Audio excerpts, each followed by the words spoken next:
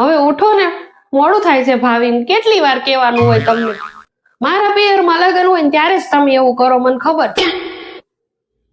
હા શીખ તો આ રેખાબેન તેમ આપણે ક્યાંક જવાનું હોય ને લગ્નમાં ત્યારે જ રજા પાડે. એને અગાઉથી કહેવાય જ નહીં કે અમારે જવાનું છે.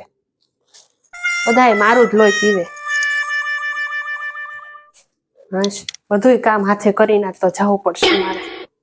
5 વાગ્યાની ઉઠી છું. ચા પાણી એ કરી લીધા પણ તોય હજી કોઈ ઉઠતું નથી. મારે જવાનું હોય ને ત્યારે જ બધા એવું કરે.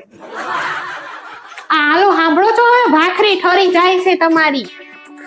જલ્દી કરો અને તૈયાર થઈ જાઓ. નતર હું તો બધાને મૂકીને વહી જવાની છું. જો હાય. આ બધાય પહોંચી ગયા છે. આમ જો હું જે ઘરે છું. હા હું આ બધાને ક્યારની ઉઠાડું પણ કોઈ તૈયાર જ નથી થતું. અને જો તમે બધા એટલે સાડી પહેરી છે અને મેં એક ડ્રેસ પહેર્યો છે.